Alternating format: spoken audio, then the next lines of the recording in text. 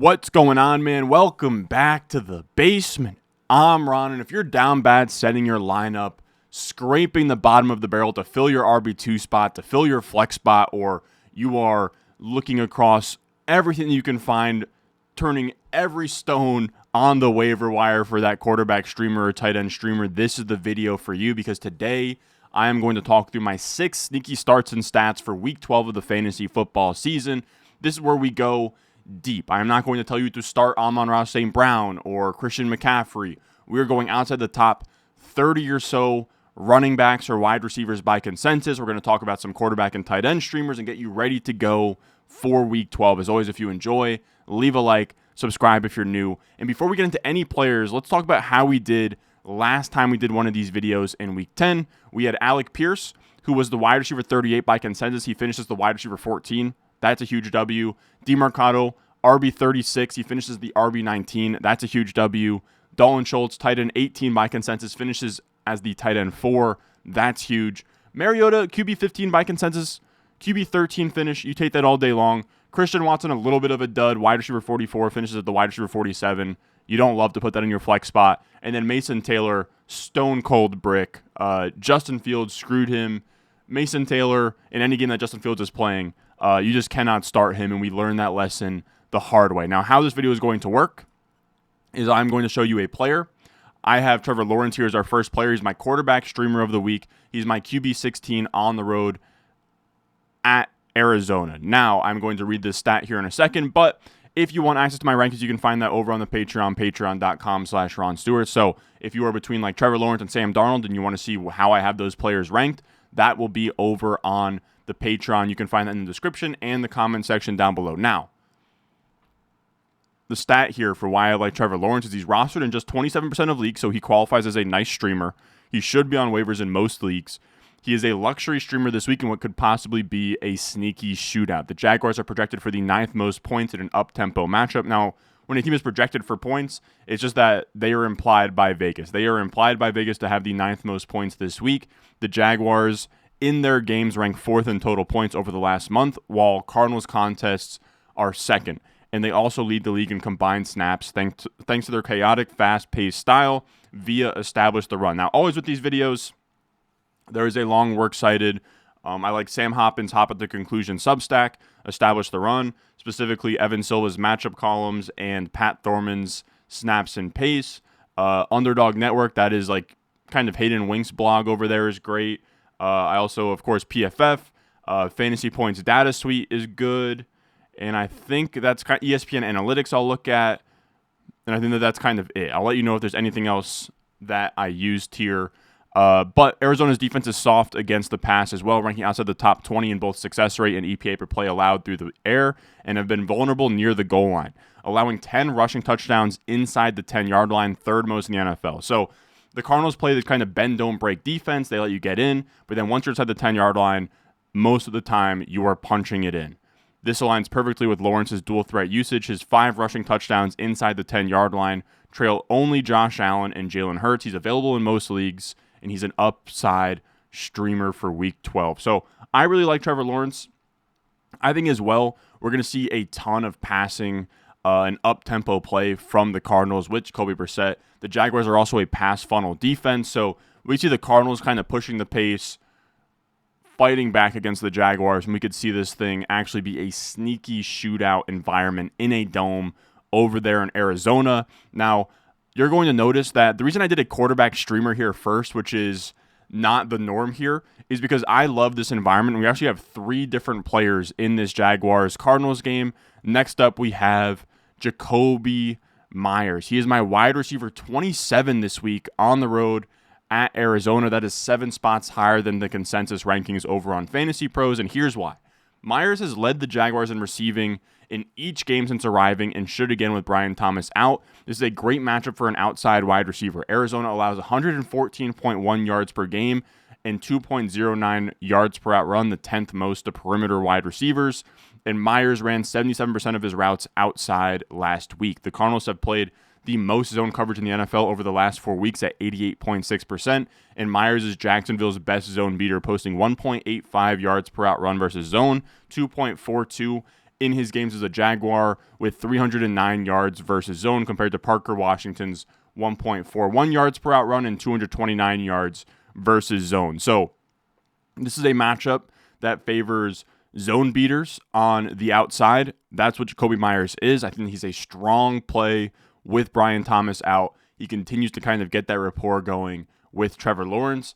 And for somebody in Jakobi Meyers who's been kind of a dud all season, I think towards the end here, he could be somebody that's going to be like a fine wide receiver 3 down the stretch when you need it. And then again, in this same game, I'm going to give you the stamp of approval, the courage you need to start Bhayshul Tuten. Now, I'm not saying that he's a must start, right? He's my RB28 here. We're 4 spots higher than consensus. But if you're down bad at RB2 and you're thinking between like Bhayshul Tuten and you have other options, I don't know, like you're thinking through Blake Corum or it's getting really ugly, right? Like I think Bhayshul Tuten is very much a fine RB2 this week, and here's why. He's off the injury report. He's ready to roll. The Jaguars have a major trench advantage, boasting the #1 run block win rate against an Arizona front ranked 17th in run stop win rate over at ESPN Analytics.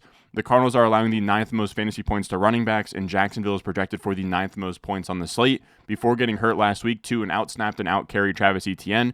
And while it's a leap of faith to assume that usage holds, the RB3 landscape is rough, and Tuten has a real shot at 12 to 15 touches in a favorable matchup. So, again, he's my RB28.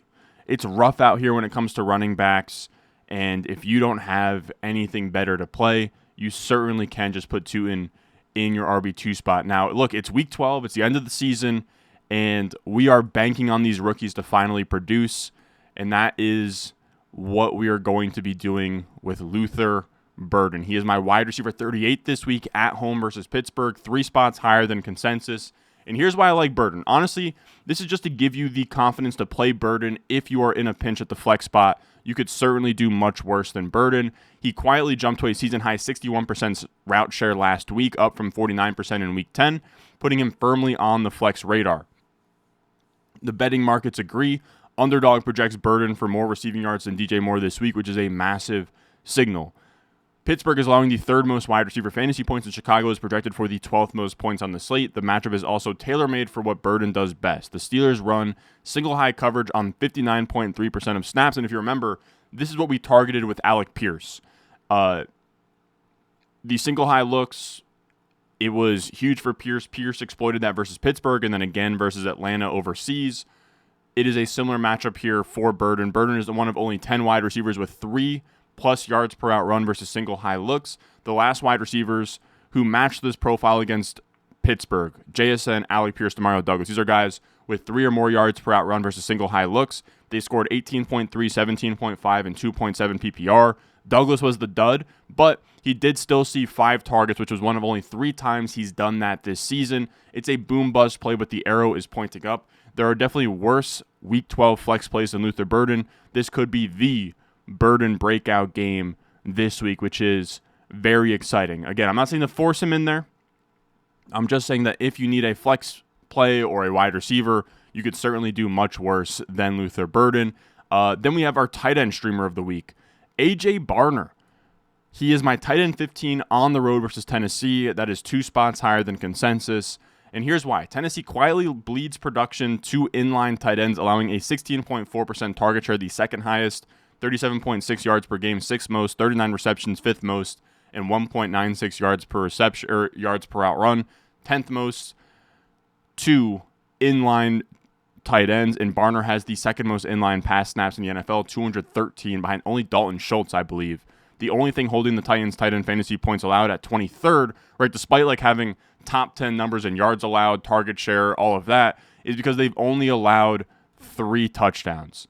Now, I like A.J. Barner to buck this trend and to score a touchdown as a tight end because Seattle's projected for the 6th most points this week by Vegas, and A.J. Barner has 4 touchdowns on the year behind only JSN's 5 and Torrey Horton's 5 touchdowns. So he is a big red zone threat for them. They are projected to score a ton of points. He's in position to score a touchdown here. And he's also coming off a season-high 80% route share and was a top 5 tight end last week. So for me, I think that he's a strong streamer. He's only rostered in 16% of ESPN leagues at this point. Then we have what I am calling the bottom of the barrel quarterback streamer here where if Trevor Lawrence is rostered in your league, I like Jameis Winston. He is my QB 18 on the road versus Detroit. He is only rostered in 2% of ESPN leagues. He's got to be available in most spots. Winston steps into a perfect streaming spot with Jackson Dart out. This game has a 49.5 point total, which is the second highest in the NFL. Detroit's dome boosts quarterback efficiency, and the Lions are allowing the 12th most fantasy points to opposing quarterbacks. Winston historically smashes in these scripts. In games where he's an underdog with a total of 48 plus, he's averaged 22.7 fantasy points, and he's been more efficient in domes across the board with a higher adjusted yards per attempt, a higher touchdown to turnover ratio, and a higher passer rating when in a dome. With no benching risk, strong pace from the Giants offense in comeback mode, likely Winston is a legit Week 12 streamer who can give you 17 plus PPR points in a high scoring environment. Now to kind of expand on that, Jameis Winston has played, I think, 21 games in that environment of underdog, 48 plus point total, and he averages 22.7 points per game over a 21 game sample. That is super, super strong. He's also had, I want to say, in terms of his efficiency, he has 7.51 adjusted yards per attempt in domes versus 6.98 elsewhere. So he's more efficient. He scores more points in domes. And then also this environment of being an underdog in a high-scoring game is big because that's how you get the 40 to 50 pass attempt Jameis Winston blow-up game in a dome. I know they don't really have many weapons, right? You're talking Isaiah Hodgins and Wan'Dale Robinson and Theo Johnson, but I really do like Jameis Winston to throw the ball a ton, maybe get you 300 passing yards, 3 touchdowns, and 2 interceptions, and gets a nasty 18 points for you in your QB spot. But that is going to do it for us today. Just a quick hitter, 6 sneaky starts. Feeling a little bit sick here.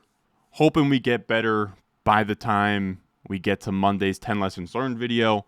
Again, you can find my complete rankings on the Patreon, but if you cannot support there or you already got my rankings, leave a like, subscribe if you're new, and I will see you guys in the next one.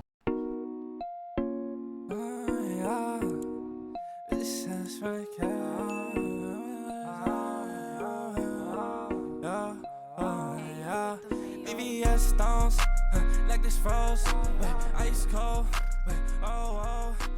ice around my body like